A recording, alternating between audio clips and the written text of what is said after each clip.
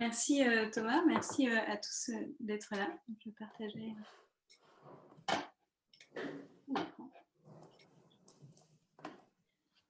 Merci beaucoup pour l'introduction et merci à tous d'être venus. Donc, comme l'a dit Thomas, je travaille dans un laboratoire d'hydrodynamique. Donc aujourd'hui, je vais vous parler d'interaction entre des liquides et des matériaux particuliers qui sont les textiles. Généralement, quand on parle de textile, on a en tête l'habillement, mais je vais vous montrer que le textile, c'est quelque chose qui est beaucoup plus large que ça. Pour donner un exemple, on peut déjà regarder une plante, comme ici le maïs. Donc, en fait, la tige est un ensemble de fibres de cellulose, donc c'est un textile, un ensemble de fibres enchevêtrées, et ça va être le cas pour le bois ou pour beaucoup de matériaux naturels. Justement, ces matériaux naturels, ces fibres de cellulose, on va les retrouver dans d'autres textiles, le plus simple et le plus connu étant le papier, qui est un ensemble aussi de fibres de cellulose enchevêtrées. Et il y a aujourd'hui un attrait pour ces matériaux à base de cellulose, à base de matériaux naturels en fibres de bois, pour notamment développer des emballages qui soient à la fois biosourcés et produits localement, ce qui est le cas du bois, et qui peuvent remplacer des matériaux à base de fossiles plastiques, par exemple, car ils sont plus durables et surtout recyclables. Ces matériaux à base de cellulose, on les retrouve dans d'autres applications, notamment pour faire des dispositifs de diagnostic médical sur des puces très bon marché, donc du laboratoire sur puce qui se fait sur des petites feuilles de papier que l'on va pouvoir fonctionnaliser et qui vont pouvoir donner des résultats, par exemple, de diagnostic in situ pour un coût très faible de production. Dans le domaine médical, on va les retrouver sous d'autres formes, avec notamment le développement de matériaux à base de nanocellulose, de fibres de cellulose qui sont très petites, nanométriques, qui permettent de faire des filtres, voire même des patchs médicaux. Et c'est aussi ces matériaux qui, là, pour le coup, sous forme synthétique, se retrouvent typiquement dans les masques chirurgicaux dont on entend beaucoup parler en ce moment, et qui sont composés aussi de fibres enchevêtrées, pour le coup, souvent synthétiques. Ces textiles, on va aussi les retrouver dans le domaine du bâtiment, par exemple. Donc, quand on parle de laine de verre, en fait, il s'agit d'un textile qui est un ensemble de fibres de verre qui sont désordonnées. Ça, c'est un matelas de laine de verre. Et on va les retrouver aussi sous forme plus naturelle, comme la cellulose précédemment, mais par exemple sous la forme de briques de paille qui peuvent être utilisées, par exemple, pour faire de l'isolation, mais aussi, en fait, de manière porteuse. Donc, on peut avoir de la paille porteuse pour construire des bâtiments, encore une fois, avec des matériaux qui sont généralement produits localement et qui donc forment une source alternative de matériaux intéressantes. On va retrouver les fibres naturelles, donc de paille, mais aussi du lin ou du chanvre, dans beaucoup de matériaux composites. On a envie de remplacer une partie des matériaux couramment utilisés par ces matériaux naturels pour les mêmes raisons. Donc, pour utiliser le renforcement et les propriétés de solidité et de légèreté que peuvent offrir ces fibres. Donc, je parle quand même un petit peu d'habillement, puisque ce sont tout de même des textiles, et surtout des textiles qu'on va vouloir chercher, encore une fois, soit à modifier les matériaux qui existent aujourd'hui, par exemple pour remplacer le coton qui a une production qui est très gourmande en eau et qui a un impact environnemental fort, par d'autres matériaux. On va aussi vouloir les fonctionnaliser, que ce soit pour créer des capteurs in situ ou pour créer des réactions, par exemple une réaction chimique qui permet aux textiles portés d'être dépolluants ou pour augmenter le confort en ayant un matériau par exemple rafraîchissant. Donc, il y a beaucoup de recherches aujourd'hui sur des textiles innovants. Et puis, un textile que j'aime citer parce qu'il paraît vraiment différent, c'est par exemple une batterie qui en fait va contenir à un moment donné un ensemble de fibres aussi, que je vais vous montrer par la suite. Et donc, on pourrait aussi parler de textiles non tissés dans ce cadre-là. Pour regarder un petit peu comment ces textiles pourquoi est-ce qu'on appelle ça des textiles? Donc, ce sont des ensembles de fibres enchevêtrées. Donc là, je vous ai mis des images en gros plan des matériaux qui étaient présentés sur la présentation précédente. Et vous voyez que dans tous les cas, on a effectivement un enchevêtrement de fibres qui vont être plus ou moins alignées, qui vont se tenir les unes aux autres, soit par friction simplement, soit comme dans un feutre par exemple, soit par liaison chimique par exemple entre les fibres. Donc vous voyez des fibres de cellulose plus ou moins alignées dans le cas d'une plante, un peu moins alignées mais tout de même avec une certaine direction dans le cas du papier ou des masques, avec différentes échelles qui vont de quelques nanomètres, quelques micromètres dans le cas de certains matériaux, comme la batterie lithium-ion ici avec l'anode qui est faite d'une sorte de feutre de fibres de dioxyde de titane, ou des matériaux donc, composites en chanvre qui vont avoir, ou en lin, qui vont avoir des fibres qui sont plutôt de l'ordre de quelques dizaines de microns, comme la laine de verre, et jusqu'à des fibres qui sont presque millimétriques dans le cas de la paille. J'ai mis ici aussi un exemple d'un textile qui a été conçu pour un matériau, donc pour des chaussures, et vous voyez qu'il contient des fibres, donc c'est sur la droite de l'écran, si vous pouvez voir ma souris. Et ce matériau, vous voyez qu'il y a quelque chose aussi entre des fibres. En fait, on a essayé de le fonctionnaliser en injectant à l'intérieur un fluide qui, pour le coup, permet, qui est un bactéricide, qui permet d'avoir des propriétés antimicrobiennes, par exemple. Et ça, c'est un des premiers exemples d'interaction entre les textiles et les liquides que l'on peut regarder. En effet, dans les interactions entre liquides et textiles, on va avoir différents types d'interactions. Et la première va être l'imprégnation ou la manière dont un liquide peut pénétrer un matériau fibré. C'est important, comme je disais, pour fonctionnaliser un textile. Et de manière générale, si on regarde les applications que l'on avait, que ce soit le diagnostic sur puce ou les implants, la manière dont un liquide va pénétrer à l'intérieur du textile est primordiale à comprendre. Et on voit déjà avec juste ces quelques images que cette question n'est pas si simple, puisque le liquide va se répartir de manière non uniforme dans le textile. On va le retrouver autour des fibres, entre les fibres, avec différentes proportions. Donc il y a besoin de connaître un peu mieux la manière dont le liquide se répand dans le textile. Une autre manière de répandre le liquide dans le textile, ça va être d'envoyer des gouttes sur les fibres, donc pas un fluide uniforme, mais vraiment un ensemble de gouttes. C'est typiquement ce que fait un masque respiratoire. Vous avez ici une photo de masque respiratoire sur lequel on a envoyé un aérosol de petites gouttelettes. Et le but du masque, c'est d'arrêter ces gouttelettes d'aérosol en les collectant sur les fibres que contient le masque. Et j'en parlerai un peu plus par la suite sur une autre application plutôt appliquée à la collecte d'eau douce.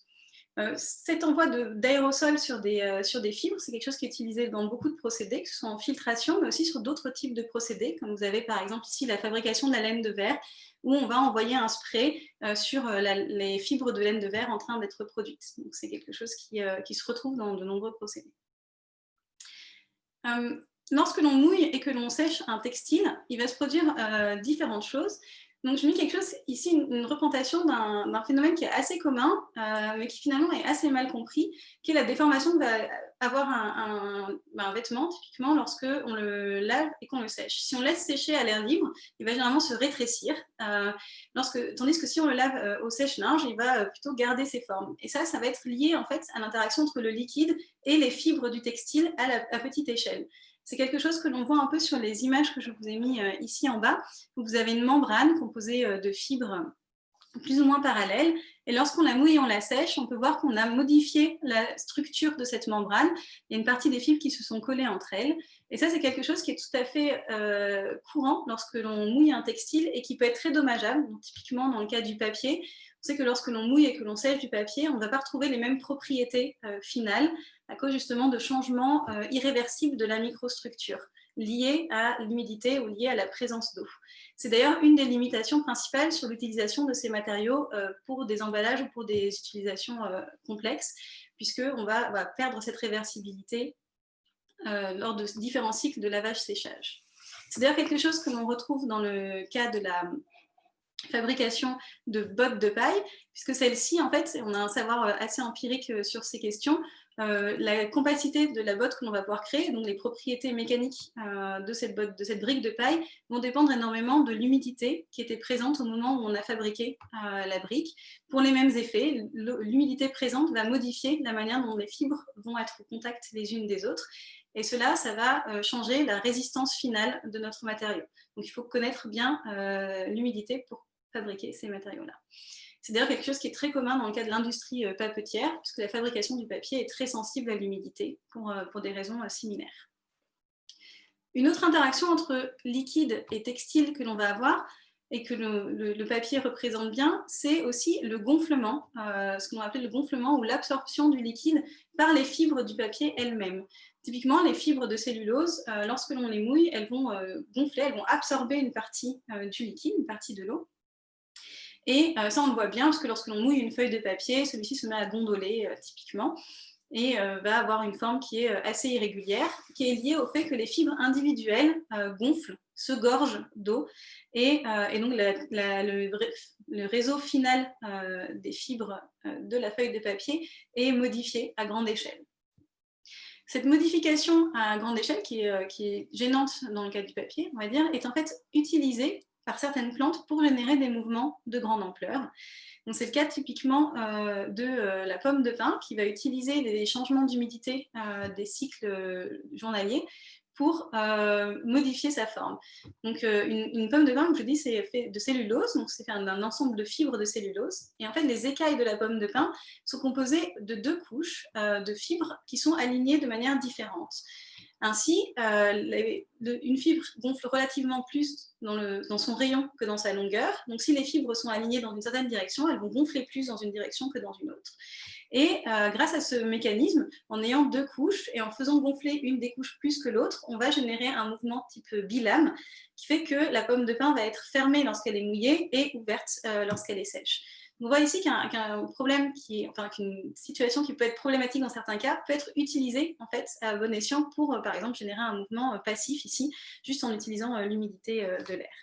Cette idée-là, elle se transmet petit à petit à d'autres domaines, et typiquement en architecture, avec des premiers essais de bâtiments intelligents qui modifient leur forme sous l'effet de l'humidité.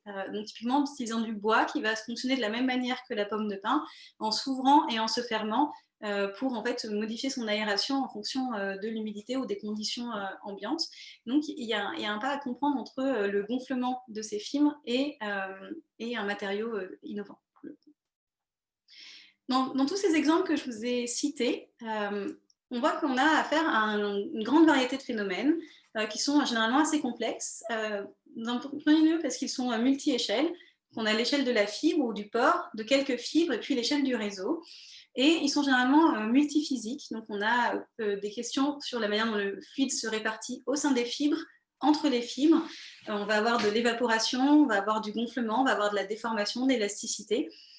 Les géométries que l'on regarde sont généralement assez complexes. On va avoir des réseaux de fibres qui ont des particularités topologiques compliquées. Et on a vu qu'il y avait un grand nombre d'applications différentes qui ont toutes développé des modèles qui sont souvent empiriques. Donc on va avoir des modèles qui sont adaptés à une situation et à un ensemble de conditions qui sont très spécifiques et qui donc ne s'appliquent pas les uns pour les autres. Et on va manquer de modèles assez généraux qui décrivent ces matériaux fibrés et qui décryptent surtout le lien entre ce qui se passe à la petite échelle, donc à l'échelle d'une fibre ou de quelques fibres, et le comportement global du réseau, donc les propriétés macroscopiques qui sont généralement celles que l'on désire pouvoir contrôler. Si maintenant on souhaite développer des matériaux réellement innovants, on ne peut pas se baser sur une amélioration de choses qui existent, on peut voir vraiment créer de nouvelles fonctionnalités, par exemple, mais on a besoin de connaître les mécanismes fondamentaux qui vont contrôler les propriétés pour pouvoir choisir la microstructure qui va nous donner le comportement que l'on souhaite, que l'on désire. Et donc, il est essentiel de faire ce lien-là. Comme je dis, les matériaux étant complexes, l'approche que je prends est de partir de systèmes modèles très simples dont je vais augmenter la complexité pour faire une hiérarchie de systèmes modèles de complexité croissante qui va me permettre d'aller de l'échelle de la fibre à l'échelle du matériau fibré ou du textile. Ainsi, aujourd'hui, je vous propose de regarder des systèmes modèles en partant du plus simple auquel on puisse penser, qui est une goutte sur une fibre, pour aller à une goutte sur 2 fibres. On verra que c'est déjà un système qui est très riche, et puis on abordera un peu des gouttes sur plusieurs fibres, et là on verra qu'on a déjà énormément d'informations sur le comportement des matériaux fibrés en présence de liquide. Donc pour démarrer, une goutte sur une fibre, la question que l'on se pose, c'est comment est-ce qu'un liquide mouille un solide? Et cette question-là, en fait, elle va dépendre beaucoup des énergies interfaciales. C'est-à-dire que lorsque l'on regarde un solide, si on veut savoir comment un liquide s'étale dessus, il va falloir prendre en compte le fait que l'on remplace une interface solide-vapeur par 2 interfaces, une solide-liquide et une liquide-vapeur. Ainsi, on a créé deux interfaces, et cela, ça a un coût énergétique. Et ce coût énergétique, il est bien représenté par un coefficient qui s'appelle la tension de surface, qui est une énergie par unité de surface, qui représente donc ce coût énergétique que l'on a à créer de la surface. Et on va devoir ici comparer 3 énergies de surface. Donc, celles solide-liquide, qui permettent d'écrire l'interface entre le solide et le liquide, celle entre le solide et la vapeur, et puis celle entre l'air et le liquide, qu'on va appeler tout simplement gamma. La manière dont un liquide s'étale sur une surface, ça peut être donné par un paramètre d'étalement qui va comparer ces différentes énergies, donc celle du solide sec et celle du solide sur lequel on a placé un liquide. Lorsque ce paramètre d'étalement est plus petit que 0, le liquide ne va pas s'étaler complètement, il va former une sorte de petite calotte sphérique, dont la forme va dépendre des affinités du liquide avec le solide, et qui va être définie par un angle de contact, qui est donc donné par cet équilibre que l'on a entre les trois énergies interfaciales. Alors, ici, on voit qu'un liquide qui a de moins bonnes affinités avec le solide ou avec l'air, par exemple le mercure, va adopter une forme qui est plus compacte, tandis qu'un liquide comme l'huile va plutôt avoir tendance à s'étaler. On peut se mettre dans une situation un peu extrême où le paramètre d'étalement est négatif et donc est positif, pardon, et donc on est en mouillage total. Donc j'ai pris ici une goutte d'une huile sur une surface de verre propre et on voit que cette goutte s'étale le plus possible. Elle s'étale jusqu'à former un film qui est vraiment très mince, que l'on peut voir ici un peu avec les irisations que l'on voit à la surface du film, qui nous indiquent vraiment qu'on a atteint des épaisseurs qui sont très petites. Et si on laisse ce film-là, il va vraiment essayer de s'étaler jusqu'à obtenir une couche très très fine d'une ou quelques molécules. Je vais maintenant prendre exactement le même solide, donc du verre propre, et le même liquide, donc une huile silicone. Mais cette fois-ci, plutôt que de prendre une surface, je vais prendre une fibre. Et lorsqu'on fait ça, eh bien, on a une forme qui est radicalement différente. On a maintenant une goutte qui reste très compacte autour de la fibre. Et ça, c'est vraiment lié à la géométrie de la fibre. Ici, en fait, comme je vous l'ai dit, on essaye de minimiser nos différentes interfaces. Et on a maintenant une interface qui est nécessairement courbe, qui doit inclure une courbure qui est la courbure de la fibre. Et cela, ça veut dire que la goutte va rester sous forme sphérique, elle ne va pas s'étaler totalement. Et ça, c'est une des propriétés importantes quand on regarde des textiles, parce que si maintenant on envoie un liquide sur un textile, quel qu'il soit, il va plutôt avoir tendance à rester sous forme de goutte et pas forcément à s'étaler entre les fibres. Et ça va modifier beaucoup ces propriétés. Alors, bien évidemment, ici, on a des gouttes sur des fibres isolées. Quand une goutte touche plusieurs fibres, elle va en fait des fois pouvoir s'étaler. Et donc si ici je prends un arrangement un peu différent de fibres, on voit qu'on a réussi à former des structures qui ont collé des fibres entre elles ou qui sont étalées entre les fibres. Donc il faut aller au-delà d'une goutte sur une fibre et regarder aussi une goutte sur deux fibres maintenant. Donc on peut faire l'expérience suivante, qui est de déposer une goutte sur deux fibres parallèles. Et on va modifier l'écartement entre les fibres, donc réduire la distance entre les fibres. Alors vous voyez que la goutte reste tout de même sous forme de goutte. Ici, on est encore en mouillage total et le liquide n'a pas envie de s'étaler particulièrement, il va rester quand même sous forme de goutte. Lorsque l'on rapproche les fibres, la goutte s'étale petit à petit. Et puis, il existe une distance critique à laquelle le liquide spontanément va vouloir s'étaler sur toute sa longueur, sur une grande longueur, pour former ce que l'on a appelé une colonne liquide. Si maintenant on essaye de réécarter les fibres, on va réduire la taille de cette colonne et puis on va revenir à la forme d'une goutte pour une distance critique. Alors pourquoi est-ce qu'on a cet étalement spontané? Si on regarde maintenant les énergies de surface, comme on l'a fait tout à l'heure pour une goutte sur un solide, on a maintenant deux surfaces qu'il faut considérer. La surface du liquide avec l'extérieur, donc l'air liquide vapeur, et puis la surface qui est au contact avec le solide, qui va être déterminée cette fois-ci par l'angle de contact, encore une fois. Donc on va avoir ces deux surfaces. Alors si on est une goutte, on a principalement la surface avec l'air libre, qui va être importante, et la surface avec le liquide est celle qui est sous la goutte.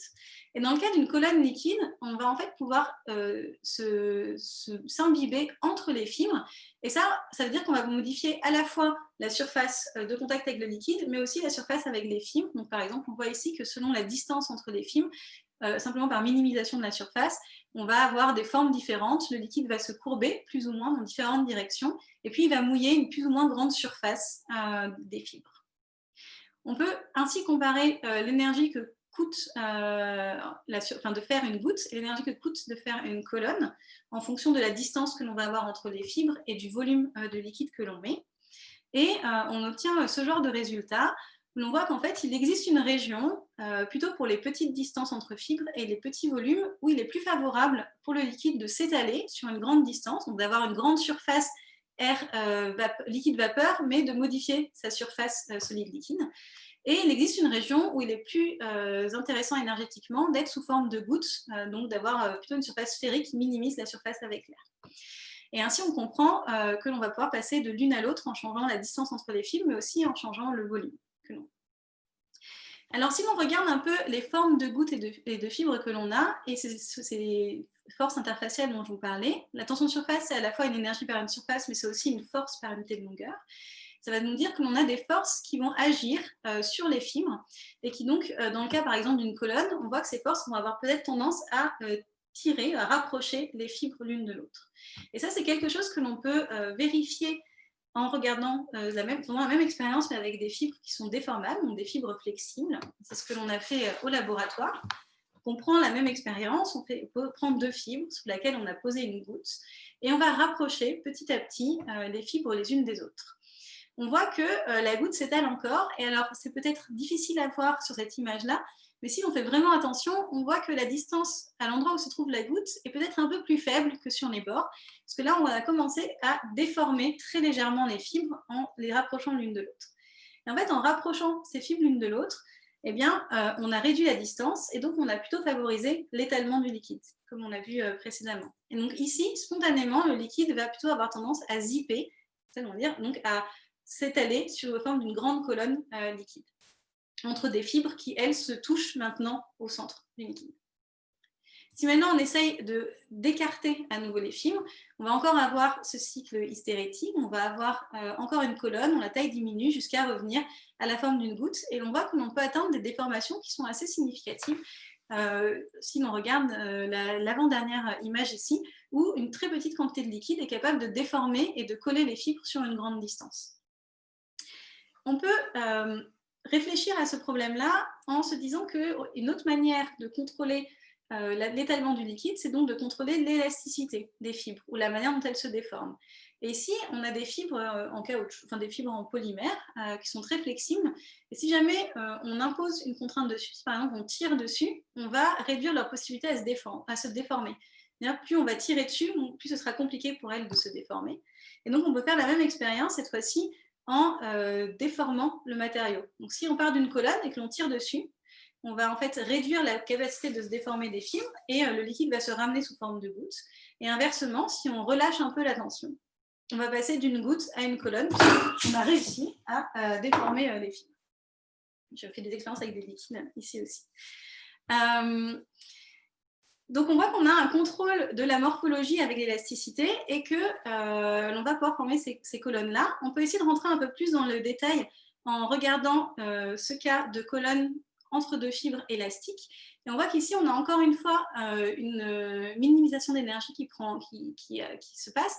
Mais cette fois-ci, on n'a pas uniquement les effets de tension de surface, mais on a aussi l'énergie élastique qu'on va devoir considérer. Et en fait, on a un compromis entre la tension de surface qui va vouloir favoriser l'étalement du liquide et l'énergie élastique qui va, elle, avoir tendance à s'opposer à la déformation.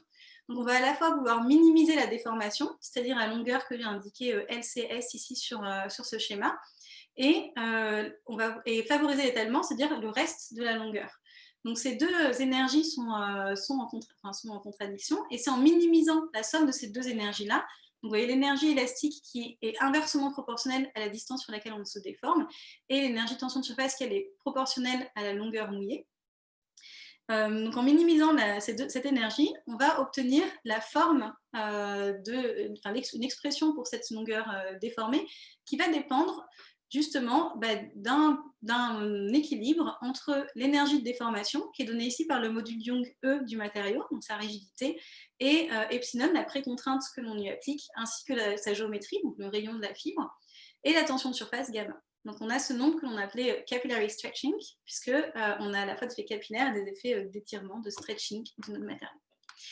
Et on voit que cette longueur dépend de ces matériaux-là, donc elle va dépendre de la distance entre les fibres. C'est bien ce qu'on avait vu, plus on écarte les fibres, plus on réduit la longueur mouillée, et de la tension que l'on applique, encore une fois, plus on va tirer sur le matériau, plus on va réduire cette longueur. C'est bien ce qu'on avait vu dans l'expérience précédente.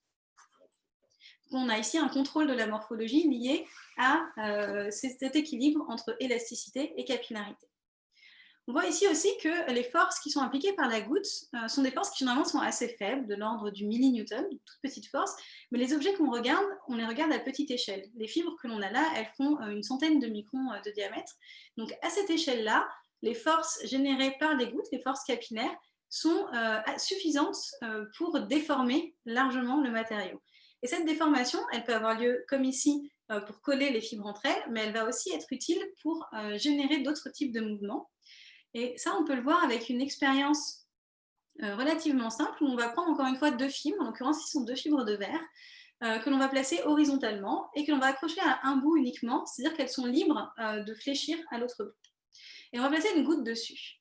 Lorsque l'on place une goutte dessus, elle va légèrement déformer les fibres, et d'ailleurs on peut le voir, ici elles sont accrochées sur la gauche de l'image à une certaine distance, et l'on voit à la droite de l'image qu'elles se sont un peu rapprochées. Donc la goutte posée sur les fibres a généré une dissymétrie. Cette dissymétrie va être suffisante pour propulser la goutte dans la direction vers le bout des fibres. Vous voyez que la goutte se déplace spontanément vers l'extrémité des fibres. Et en se déplaçant, elle exerce toujours la même force, mais elle a un bras de levier finalement plus important, et donc elle rapproche de plus en plus les fibres. Il va arriver un moment où elle va les rapprocher tellement qu'elle va atteindre cette distance critique dont on a parlé avant, où elle a envie de s'étaler. Et donc, elle va spontanément venir s'étaler et former une colonne liquide au bout des fibres. Encore une fois, on va avoir cette colonne qui va coller maintenant les fibres entre elles au bout. Cet effet-là, on va l'observer sur, quelle que soit la goutte que l'on utilise, et on peut utiliser une goutte qui est plus grosse. On peut même essayer de rajouter du liquide sur cette colonne. Pour faire ça, on va prendre une goutte et la rajouter sur nos fibres. Elle va à nouveau se déplacer, venir fusionner avec la colonne. Mais en fait, ce que l'on va observer, c'est que cette fusion n'est pas totale, elle va être partielle. Et le liquide, finalement, va se rétracter pour former cette morphologie un peu hybride où l'on a une colonne et une goutte. Cette morphologie un peu hybride, elle est intéressante puisque l'on a rajouté du liquide et on a réduit la surface sur laquelle le matériau était mouillé. Donc on a un effet un peu contre-intuitif du volume, puisque au-delà d'un certain volume critique, on va en fait réduire la longueur mouillée. Cet effet un peu contre-intuitif, à nouveau, il est lié à un équilibre entre l'énergie élastique qui s'oppose à la déformation et la tension de surface. Comme précédemment, cet équilibre va faire que l'on va tendance à minimiser la longueur qui est déformée.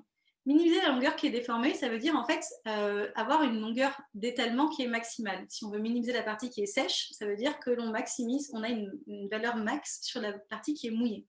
Donc cette longueur déformée minimale, elle correspond à une longueur mouillée maximale, c'est-à-dire finalement un volume critique, puisque si on veut rajouter du liquide, on ne pourra pas en rajouter à l'endroit puisqu'on ne peut pas s'étaler plus. Donc au-delà d'un certain volume, on atteint cette longueur mouillée maximale et le liquide arrête de s'étaler, voire même au contraire, il se rétracte puisqu'il adopte une forme qui est plus sphérique. On peut donc résumer cet effet un peu contre-intuitif du volume, qui est que donc, si on met un petit volume, celui-ci va toujours se déplacer et venir mouiller sous forme de colonne nos fibres flexibles. On va rajouter partir d'une goutte un peu plus grosse, on va avoir une colonne qui est un peu plus longue.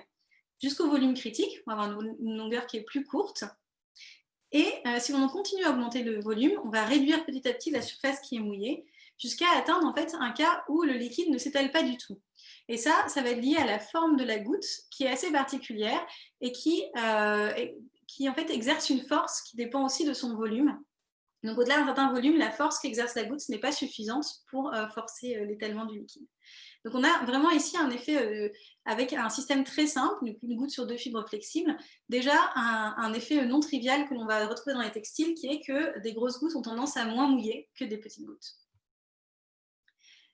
Si on regarde cet effet-là, on peut se demander ce qui se passe si maintenant on change le volume. C'est-à-dire qu'une manière de passer d'un grand volume à un petit volume, c'est de laisser le liquide s'évaporer. Donc on peut faire exactement ça, on peut prendre la goutte qui est ici et la laisser s'évaporer au cours du temps. On voit qu'au fur et à mesure qu'elle s'évapore, les gouttes se rapprochent et puis il y a un moment au cours de l'évaporation où on va passer ce seuil de volume critique où le liquide va s'étaler spontanément.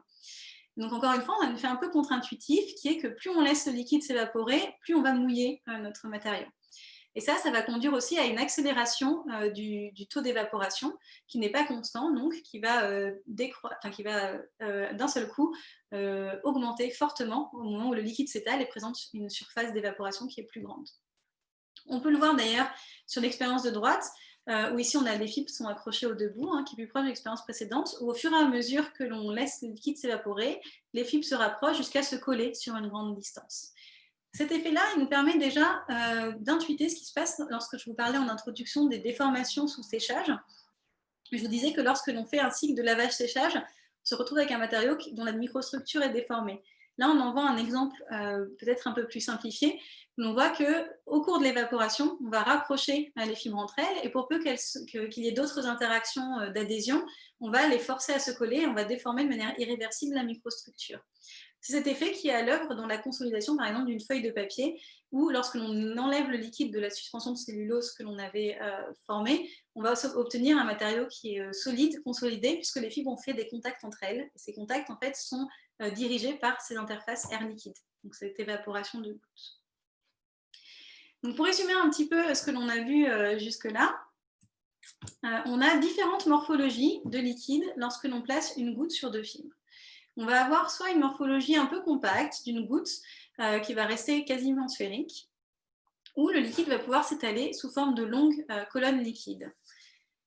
Cette transition dépend principalement de la distance entre les fibres, mais aussi du volume de liquide que l'on a.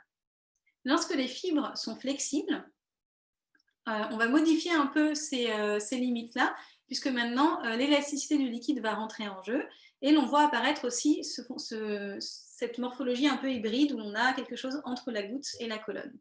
Si l'on change l'élasticité, donc si on fait le matériau plus flexible, on a tendance à favoriser les colonnes liquides et à défavoriser les gouttes. Donc sur un matériau flexible, le liquide va plus s'étaler entre les fibres. C'est d'ailleurs ce que l'on a vu, on peut, en contrôlant l'élasticité, la flexibilité du matériau, induire des transitions entre des gouttes et des colonnes. Ce que l'on peut représenter ici. Ici, ce que je représente dans l'abscisse, c'est l'élasticité. Donc, en fait, c'est la rigidité du matériau. Donc, un matériau très flexible a une petite élasticité, un matériau très rigide, une grande élasticité. C'est le module d'Young, en fait, que je représente. Et l'on voit bien ici que lorsque l'on diminue la rigidité, lorsqu'on augmente la flexibilité, on favorise beaucoup l'apparition de ces colonnes liquides qui sont donc sous la courbe, que vous voyez ici. Avec ces premiers résultats, on a déjà une idée de la manière dont le liquide peut se répartir ou être transporté dans un milieu fibré et des informations sur la manière dont la microstructure peut se déformer lors du séchage et de l'évaporation et du mouillage du matériau. Ces effets-là, ils ne se limitent pas à des fibres parallèles. En fait, on va obtenir des choses très similaires lorsque l'on a, par exemple, des fibres qui ont un angle. Si ce n'est qu'ici, en fait, c'est l'angle va fixer la distance entre les fibres et la distance entre les fibres varie le long du croisement. Mais on va pouvoir reprendre exactement le même formalisme et les mêmes modèles que l'on a obtenus pour décrire les fibres croisées. Donc, ici, on a cette première information sur la manière dont le liquide se répartit sur un ensemble de fibres. Et à partir de là, on a déjà pu réfléchir à une première innovation, entre guillemets, enfin une première application dans le cadre de la collecte d'aérosols, de la filtration d'aérosols. Où là, on ne va pas avoir une seule goutte sur un liquide, mais un ensemble de gouttelettes.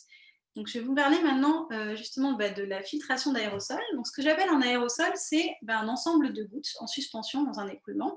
Donc, vous avez une image ici.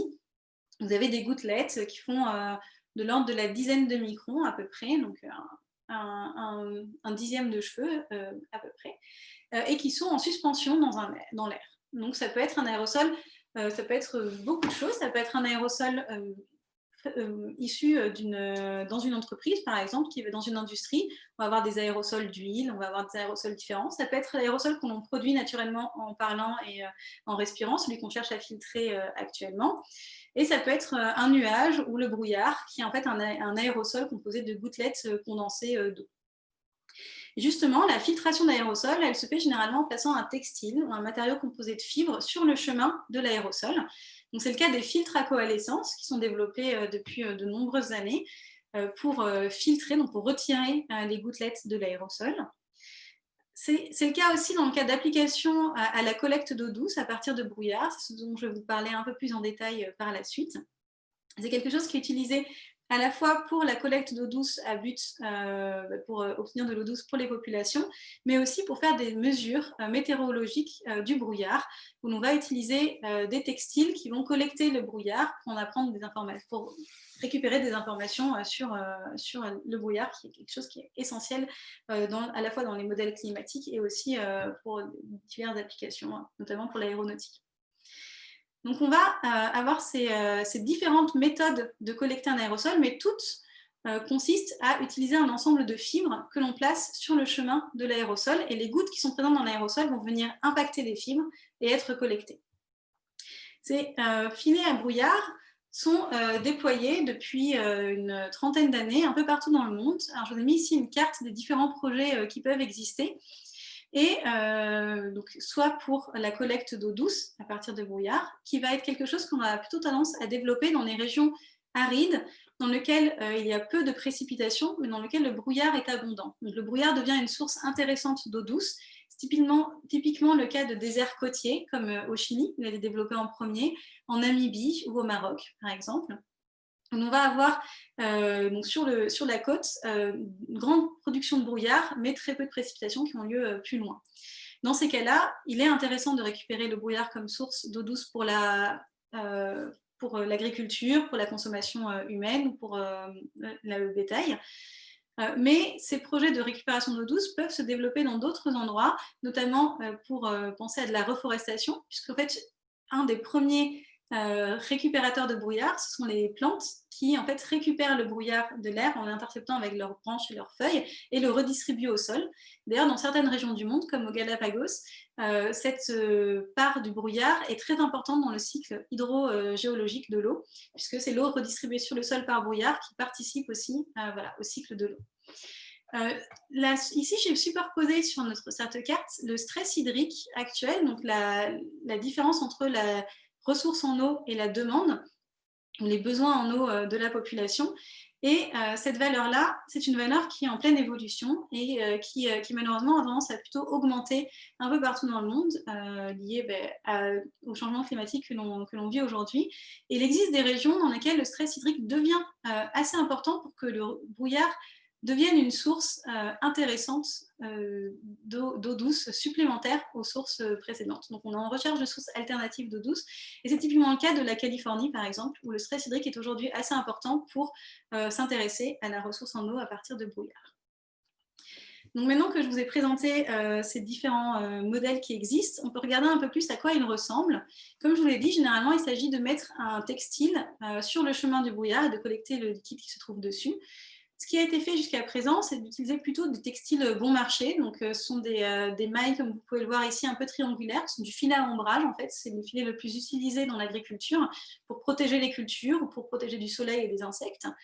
Dans le cas de la collecte météorologique, il y a une sorte de consensus sur l'idée d'utiliser des fils rigides, parallèles, sous la forme de cylindres percés, comme vous le voyez ici à droite.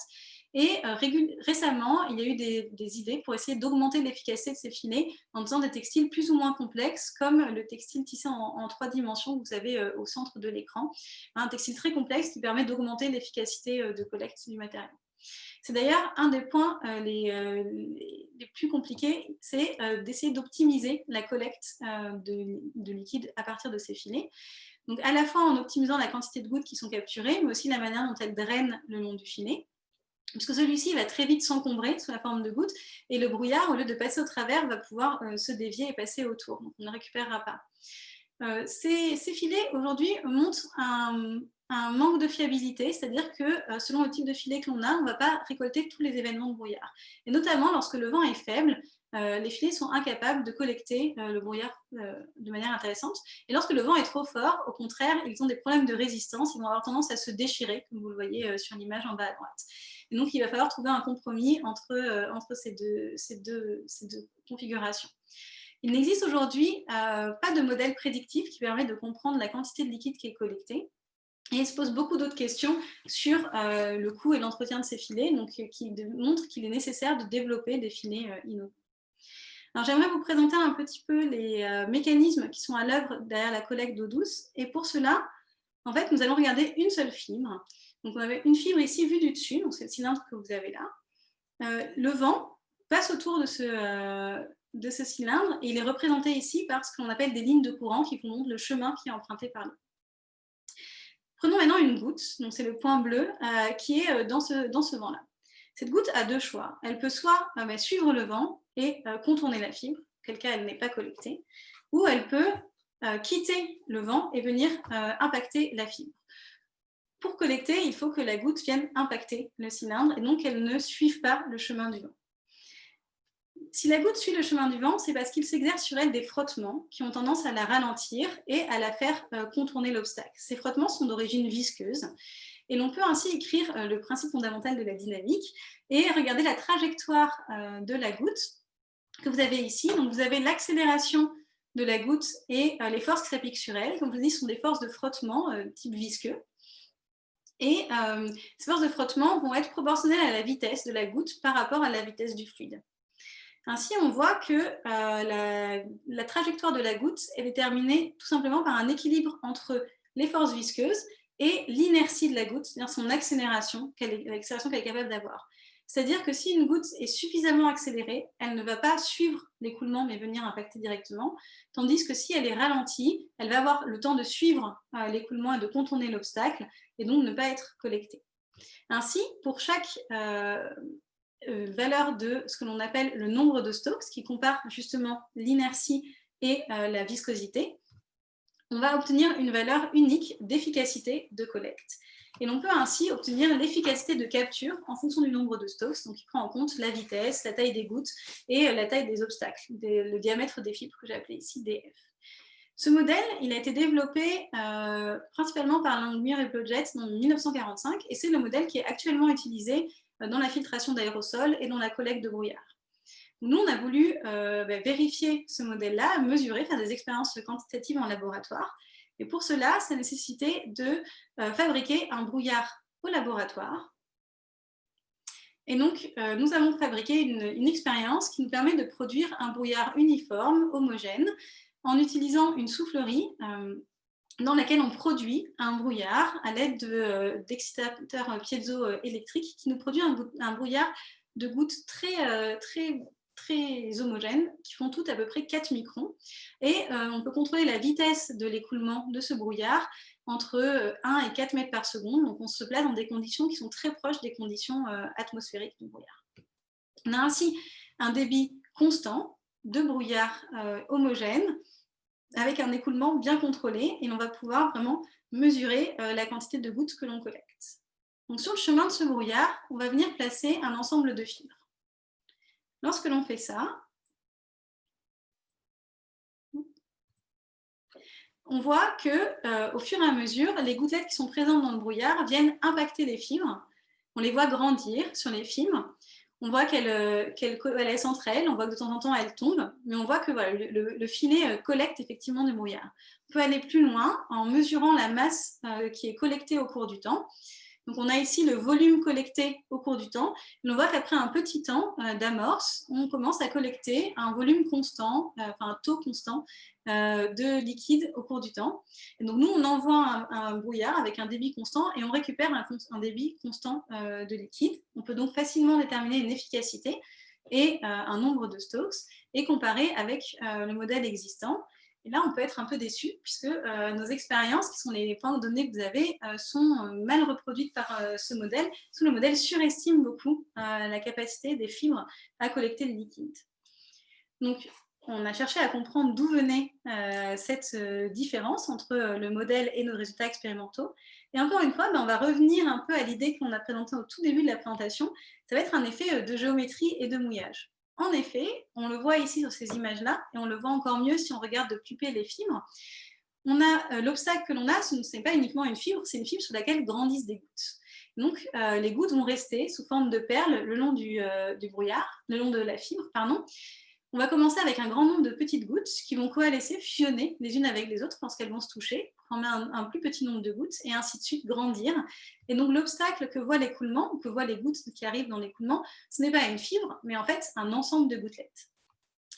La manière dont ces gouttelettes coalescent et grandissent Comme je vous l'ai dit, on commence de plein de petites gouttes qui coalescent petit à petit et qui arrivent en fait finalement à former un nombre quasiment constant de gouttelettes, une distribution assez uniforme de gouttes selon de la fibre pendant un certain temps, jusqu'à ce qu'une d'entre elles soit trop grosse, se détache, nettoie toute la fibre sur son passage en avalant toutes les gouttes qui se trouvent sous elle, soit récupérée et le processus recommence. Ainsi, en moyenne, c'est comme si on avait un nombre constant de gouttes dont la taille moyenne était à peu près constante. Alors ces effets-là sont des effets qui sont finalement qui existent, qui sont assez classiques dans les cas de croissance-coalescence, qui avaient été étudiés beaucoup dans les années 90 en physique statistique, mais appliqués à d'autres systèmes où on va avoir typiquement de la croissance de rosée ou de la croissance d'absorption, désorption de gaz. Et dans notre cas, ce qui est très différent, c'est que voilà, avec cette taille limite, au-delà de laquelle la goutte ne peut plus être tenue par la fibre, va tomber et nettoyer tout le système, que donc, en moyenne, statistiquement, on a un nombre constant de gouttelettes présentes sur nos fibres. Donc, on va devoir prendre ça en compte pour déterminer l'efficacité de collecte, mais ça nous montre ici que, encore une fois, la présence de ces gouttes est importante et que c'est en fait le facteur limitant à la collecte, puisqu'on va collecter principalement sur les gouttes qui forment de ces très gros obstacles et non pas sur les fibres. On aimerait que le liquide se répartisse de manière uniforme sur les fibres et soit parfaitement mouillant. Bien ça, en fait, maintenant que l'on a étudié la manière dont le liquide se répartit sur les fibres, on est capable de le faire. En effet, si jamais on utilise des fils individuels, on va forcément former des gouttes. C'est ce que l'on a discuté au début. Mais on sait que si les fibres sont suffisamment proches, on va plutôt former des colonnes liquides. Donc si maintenant, au lieu d'utiliser des fibres simples, mais on utilise deux fibres très proches l'une de l'autre, le liquide va avoir tendance à se répartir sous forme de colonnes liquides. Et maintenant, lorsqu'on le place dans le brouillard, toutes les gouttelettes qui viennent impacter les fibres coalescent avec cette longue colonne liquide qui est formée entre les fibres et on n'a plus de croissance de gouttes. On a ainsi supprimé la croissance de gouttes tout en gardant la collecte et le drainage du liquide efficace vers le sol.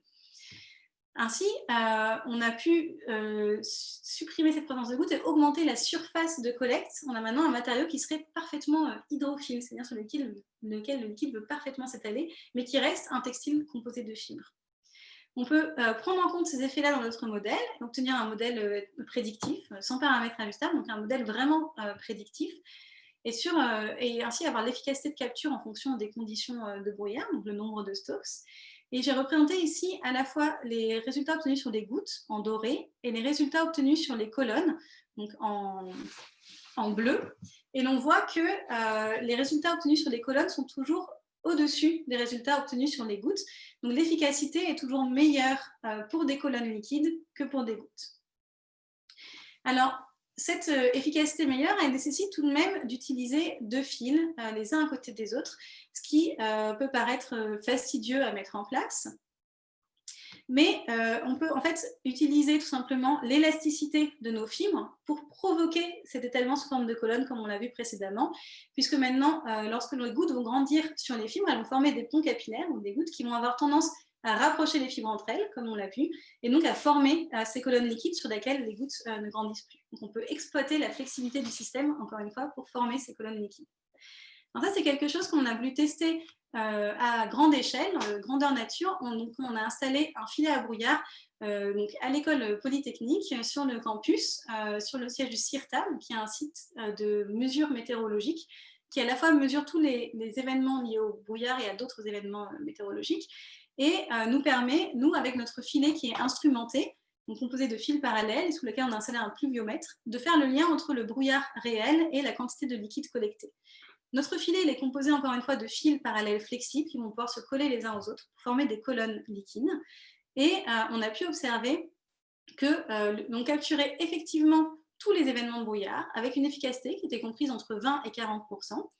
Et l'on peut extraire des données météorologiques, donc à la fois de la présence de brouillard, que l'on mesure avec ce qu'on appelle la visibilité. Donc au-delà d'une certaine visibilité de 1 km, on considère qu'il y a du brouillard. Et l'on voit que notre pluviomètre, ce qui est la courbe bleue qui est en bas, collecte dès qu'il y a du brouillard. On peut facilement définir une efficacité, et cette efficacité, on peut la comparer à nos résultats. Donc, je vous ai mis ici 3 exemples de moyennes que l'on obtient sur des brouillards typiques sur le plateau de l'école polytechnique. Et bien que les conditions de brouillard soient plutôt de vent faible et de brouillard faible, on obtient quand même des résultats d'efficacité et surtout ceux-ci sont en très bon accord avec notre modèle obtenu au laboratoire, ce qui nous permet vraiment d'avoir une manière de prédire la collecte et maintenant de se poser la question de l'optimisation de ce filet, maintenant que l'on comprend les mécanismes fondamentaux. Donc, je vais conclure, parce que je vois aussi que le temps passe. Donc, les expériences que l'on a pu faire sur une ou deux fibres et sur un réseau de fibres assez simple nous donnent déjà des résultats qui sont intéressants en termes de répartition, de transport de liquide dans les milieux fibrés, de déformation de la microstructure lors du mouillage et du séchage. Et on a déjà pu l'appliquer à la filtration d'aérosols pour la collecte de brouillard, mais par exemple aussi pour d'autres procédés. Ça, c'est quelque chose qui est intéressant si on veut développer de nouveaux matériaux, surtout à base de matériaux tels que la cellulose. Et c'est d'ailleurs là, je voulais juste faire un petit point sur les perspectives de ce travail et ce que l'on est actuellement en train de faire au laboratoire. Je vous ai parlé de la cellulose, du fait qu'elle gonflait lorsque le liquide, les fils de cellulose gonflaient lorsque le liquide rentrait à l'intérieur. C'est quelque chose que l'on n'a pas étudié jusque-là, mais que l'on étudie actuellement avec notamment la thèse de Pierre Van de Velde, qui étudie comment est-ce que le liquide pénètre aussi à l'intérieur de la fibre. On a encore une fois des questions de géométrie, puisque contrairement à un plan où le liquide s'étale, ici le liquide reste sous forme de goutte et le gonflement est localisé. On en reparlera plus si vous le souhaitez. On a regardé aussi des problèmes d'adhésion, de force d'adhésion entre les fibres. Donc nous, c'est quelque chose que l'on a étudié, donc je vais passer assez rapidement sur ça, on peut en parler plus, mais une chose que l'on a observée, c'est que non seulement on pouvait contrôler la morphologie du liquide, mais on peut aussi contrôler la force d'adhésion entre les fibres, et ça peut être intéressant, notamment si on cherche à faire de la robotique, par exemple des robots miniatures, on peut en parler en question si vous le souhaitez. Et puis finalement, on est en train de développer un moyen de passer de l'étude de quelques fibres à l'étude du textile en fabriquant des fibres contrôlées et en contrôlant leur assemblage pour former des matériaux modèles, actuellement en utilisant des outils microfluidiques. Donc là, j'en arrive à mes vraies conclusions, qui sont qu'en étudiant ces interactions entre les liquides et les fibres à petite échelle, on peut déduire et comprendre les mécanismes fondamentaux qui sont essentiels pour développer des textiles innovants qui ont un grand nombre d'applications. Et vous voyez que la dernière flèche va dans les deux sens, parce que je pense aussi que depuis les applications viennent des questions, depuis des problèmes industriels parfois complexes, viennent des questions intéressantes qui nourrissent mes questionnements sur les mécanismes fondamentaux et qui permettent aussi de remonter cette échelle-là et d'aller vers l'innovation.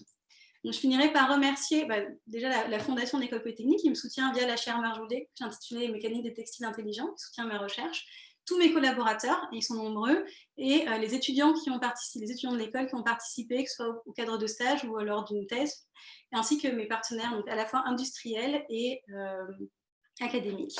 Et je vais m'arrêter maintenant de parler et répondre à vos questions. Un grand merci Camille, merci beaucoup pour votre présentation. Vous ne les entendez pas, mais tout le monde est en train de vous applaudir derrière son écran. Donc bravo pour cet exposé très clair, très précis, très bien illustré également. C'est assez impressionnant de voir toutes les expériences que vous avez conduites. Alors on a déjà plusieurs questions qui nous ont été posées à partir du chat proposé par Zoom. Si vous avez encore des questions, n'hésitez pas à les poser à travers cet outil. Je vais commencer par une première question de Roland Joliveau. Alors, qui dit « Tous les modèles utilisés me semblent générateurs de dépôt de brevets. Qu'en est-il » Et j'ajoute encore merci et bravo de sa part. Oui, alors une partie de ce qu'on a fait est générateur effectivement de brevets. Donc sur la taille des gouttes, donc on en a déposé un il y a quelques années déjà, au moment où on a fait l'étude sur les volumes critiques de gouttes. Maintenant, sur le brouillard, en fait, on est plutôt dans un stade où la technologie fil à brouillard existante, c'est plutôt un brevet que l'on pourrait avoir sur le système complet. Donc, une fois qu'on a optimisé les distances entre fibres et les écarts de fibres, qui sont quelque chose encore sur lequel on est en train de travailler. Mais ce sera plus sur le système complet que l'on pourra déposer ça. Et c'est vrai que là, on est souvent, nous, on fait de la recherche, moi je fais de la recherche qui est plutôt assez fondamentale, mais qui finalement trouve une application parfois un peu directe. Donc effectivement, ça peut être générateur de dépôt de brevets. Donc il y en a un actuellement. Merci beaucoup.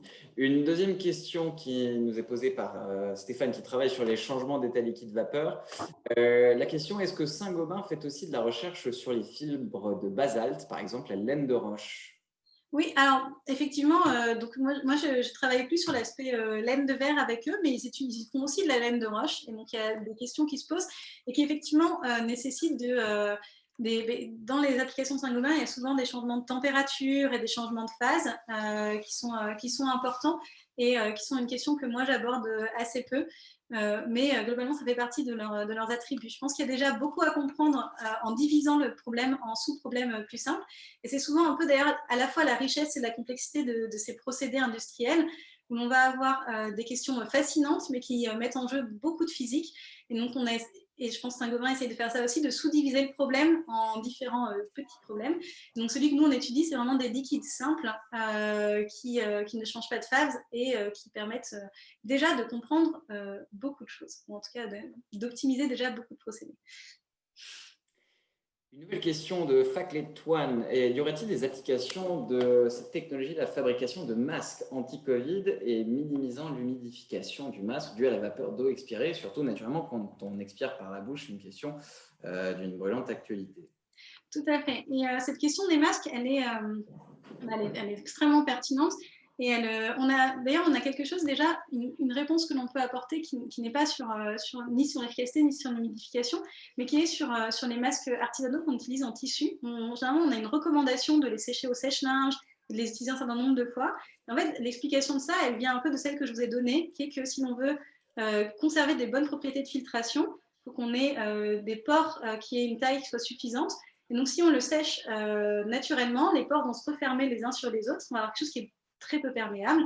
Et donc, il vaut mieux le sécher au sèche-linge pour casser tous les ponts capillaires, casser les gouttes et garder une bonne structure du masque. Donc en fait, on a déjà une réponse, mais il y en a beaucoup d'autres. Et sur la respiration et la condensation du liquide sous la part des gouttelettes qui sont émises, ça, c'est quelque chose qui est assez complexe, mais en fait, vous tombez dans le mille puisque nous avons démarré il y a une semaine une thèse au laboratoire qui est plutôt justement sur les masques, qui se pose beaucoup de questions en parallèle entre la collecte de brouillard et la collecte des masques, notamment l'une d'entre elles que j'ai assez peu évoquée dans cette présentation, elle est liée aux écoulements de fluide. Donc, je vous ai dit que si le filet s'encombrait, le brouillard avait plutôt tendance à passer autour qu'au travers. Ça, c'est un problème pour collecter, mais c'est exactement le problème qu'on va avoir dans les masques. Si on a un masque qui est trop filtrant, qui filtre très bien, il va être aussi très peu respirable et l'air que l'on va expirer va avoir tendance à partir là où il a le moins de résistance, donc plutôt au niveau des fuites, donc au-dessus du nez, au niveau des oreilles. Et donc, il y a un compromis à avoir entre l'efficacité de capture et la perméabilité à l'air. Donc, il vaut mieux un masque moins efficace, mais plus perméable, dans lequel une grande partie du liquide va passer. Donc, il y a beaucoup de questions connexes, et c'est un sujet qui est complexe, qui va nous occuper cette année, mais je pense pendant encore plusieurs années.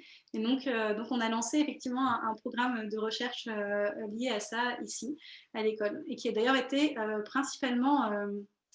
le moteur de ce travail-là, ça a été un élève de troisième année qui, l'année dernière, s'est retrouvé dans des conditions défavorables pour aller faire son stage à l'étranger et qui nous a fait l'honneur de venir du coup faire son stage dans le laboratoire de l'école et qui a lancé ce sujet avec beaucoup de dynamisme. Et vous voyez, il est poursuivi par une thèse. Donc, pas mal de questions d'ailleurs sur un sujet assez emblématique de vos recherches, les filets de brouillard. Alors, deux questions qui sont posées par Maher et Olivier. Concernant les filets de brouillard, avez-vous pensé au manufacturing de ces filets sans fibre horizontale et à leur stabilité et résistance au vent? Voilà, première question qu'on peut poser. Oui, alors, en fait, il s'avère qu'on a en France la chance d'avoir une très grande industrie textile avec un grand savoir-faire, et notamment en broderie ou en passementerie. Et il existe en fait des techniques de broderie qui consistent à fabriquer des filets, des textiles composés de fils parallèles noués. Donc, c'est typiquement ce qui est utilisé plutôt à petite échelle. J'en ai un devant moi, je pourrais peut-être l'extraire tout à l'heure, qui sont plutôt utilisés pour faire des rubans, donc plutôt en lingerie ou dans des voilà, vraiment pour de la dentelle un peu fine. Et cette technique, en fait, on peut tout à fait l'appliquer à des systèmes un peu différents. Donc, il existe en France vraiment un savoir-faire assez unique de broderie, et il est possible d'industrialiser ce genre de matériaux. Alors, ça n'a jamais été fait puisque ce sont plutôt des entreprises qui travaillaient dans la mode. Et en fait, c'est justement intéressant puisque aujourd'hui, ces entreprises doivent aussi se rediversifier vis-à-vis de la concurrence qu'il peut y avoir dans le domaine du textile, la concurrence mondiale. Et donc, en fait, apporter des textiles à haute valeur ajoutée, des textiles très innovants, c'est aussi une manière pour ces entreprises de se rediversifier. Donc, c'est quelque chose sur lequel je trouve aussi ce projet intéressant puisqu'il permet aussi de réfléchir à la manière dont on tisse les matériaux et à ce que l'on sait faire. Sur la résistance au vent, c'est une autre partie, le filet à brouillard qui est au CIRTA. Je vous ai présenté les résultats de collecte de la quantité d'eau que l'on récupérait, mais il est aussi instrumenté avec des capteurs de force. Et donc, on mesure actuellement en temps réel les efforts qui s'appliquent sur le filet et on essaye de comprendre justement l'origine de ces efforts. Donc, on a en fait un ensemble de fibres sur lequel le vent va appliquer une force, un panneau poreux. Et il existe quelques modèles aujourd'hui, mais qui sont encore finalement assez peu complets pour décrire nos expériences. Et donc, c'est quelque chose sur lequel on est en train de travailler. L'intérêt des fils parallèles, c'est que c'est un filet en fait, qui exerce finalement assez peu de résistance au vent et on peut exploiter le fait que les fils soient flexibles en fait, et se déforment pour minimiser la traînée qui s'applique sur le filet global. Donc on gagne un peu, avec cette innovation qui est finalement assez simple, d'utiliser juste des fils parallèles, on gagne un peu sur tous les tableaux. À la fois on collecte plus, on reste parfaitement poreux, on guide mieux l'écoulement et on résiste mieux aux événements de vent violent. Donc, Alors, toujours sur la thématique des filets à brouillard, des questions d'Olivier et de Fabrice concernant le volume de collecte par mètre carré sur une journée brumeuse. Et une autre question, est-ce que vous avez étudié la génération de brouillard à très grand débit, donc plusieurs milliers de mètres cubes par heure, pour par exemple booster l'échange air-eau dans une tour de refroidissement nucléaire? C'est très précis. Oui, alors, tout à fait. Donc nous, c'est vrai que généralement, on parle de quantité de collectée par mètre carré par jour. C'est comme ça que l'on va représenter, en tout cas dans la littérature existante. Et c'est souvent fait dans des régions où il y a beaucoup de brouillard. Donc on va avoir des journées, enfin, des saisons en fait, où le brouillard est très abondant. Alors ce n'est pas forcément le cas sur le plateau de Saclay. Donc, ce qu'on a cherché à faire ici, c'était moins d'optimiser la quantité collectée et plus d'essayer d'avoir un modèle, enfin des valeurs quantitatives et un modèle prédictif que l'on peut maintenant appliquer.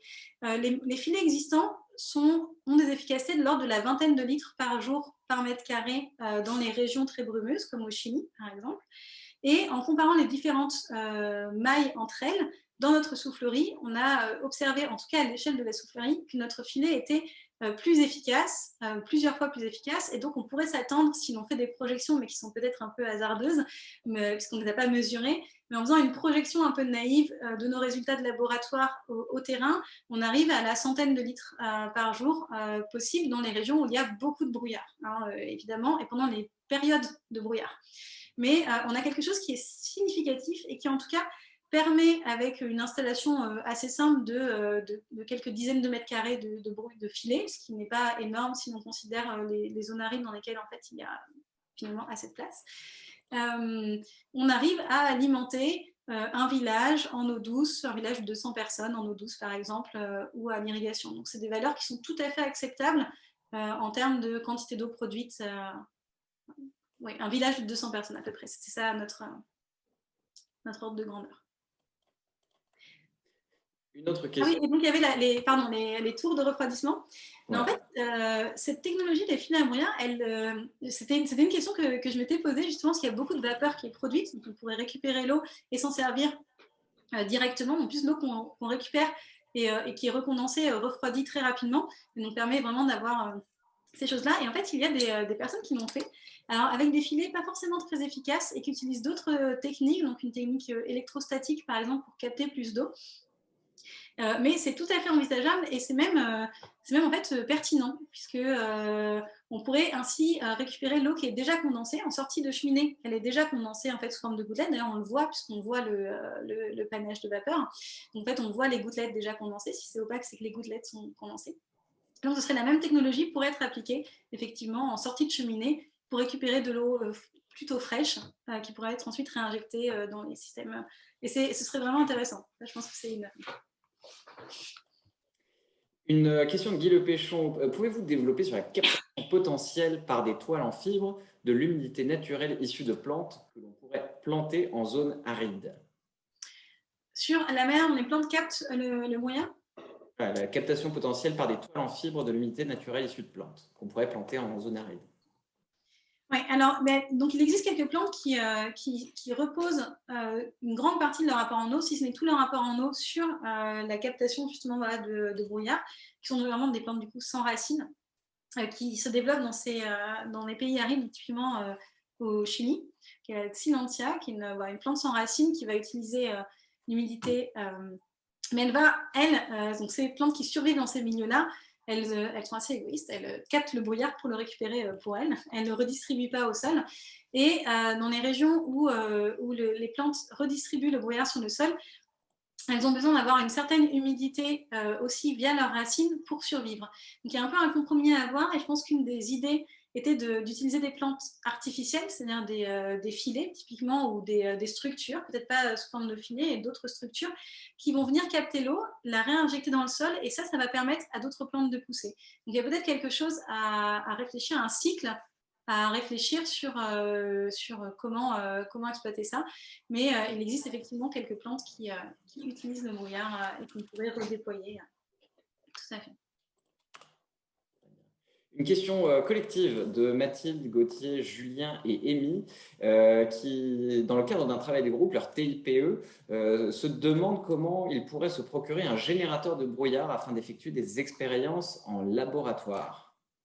Oui, alors c'est intéressant, cette question du générateur de brouillard, elle est pas si évidente. Maintenant qu'on a la solution, on se dit qu'elle est facile.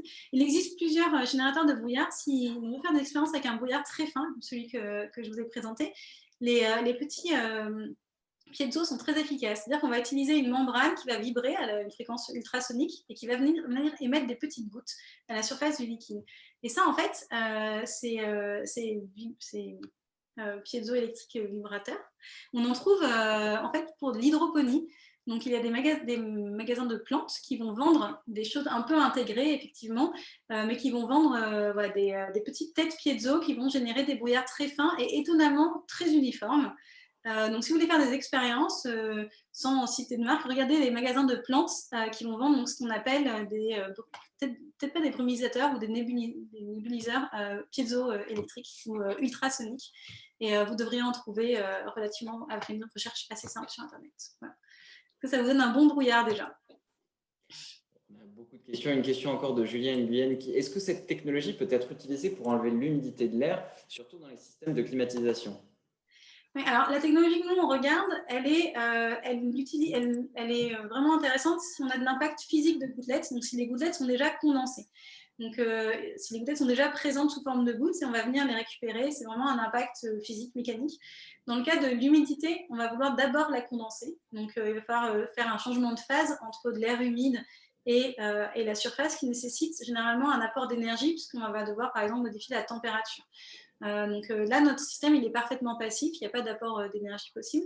Mais néanmoins, dans un système de ventilation, on peut avoir des brouillards déjà sous forme de gouttelettes. Les aérosols que l'on produit sont déjà sous forme de gouttes. Et dans ce cas-là, oui, on utilise des filtres qui sont en fait finalement composés de fibres. Donc l'optimisation de ces filtres peut être tout à fait utilisée dans le recyclage de l'air ambiant. Encore une fois, l'humidité, c'est quelque chose qui est un peu particulier parce qu'il faut condenser l'humidité de l'air et donc il faut modifier la température du matériel. Parfait. Merci beaucoup, Camille. Je crois qu'on a fait le tour des questions qui nous ont été posées.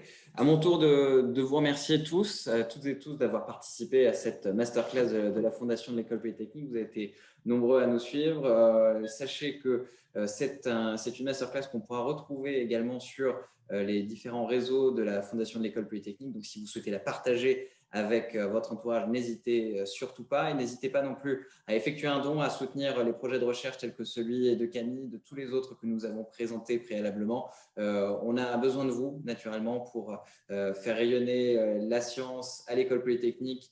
Et Camille en est l'une des parfaites ambassadrices. Donc, on compte sur vous. Pensez bien à faire votre don sur don.fondationx.org. Les équipes de la Fondation sont à votre disposition. Et surtout, n'hésitez pas à nous contacter. Un autre contact qu'on vous met à votre disposition, campagne@polytechnique.fr, sur l'ensemble des mails qu'on vous a également fait parvenir préalablement à cette masterclass. Il me reste à vous remercier une dernière fois, à vous souhaiter une excellente soirée et à très bientôt pour la prochaine masterclass de la Fondation de l'École Polytechnique qui aura lieu à la fin du mois de novembre. Ce sera le 25 novembre à 18h30 autour de Abdul Barakat. Cette fois-ci, on parlera de biomécanique. Voilà, donc on vous attend à nouveau nombreux. Très bonne soirée et à très bientôt. Au revoir. Merci à tous.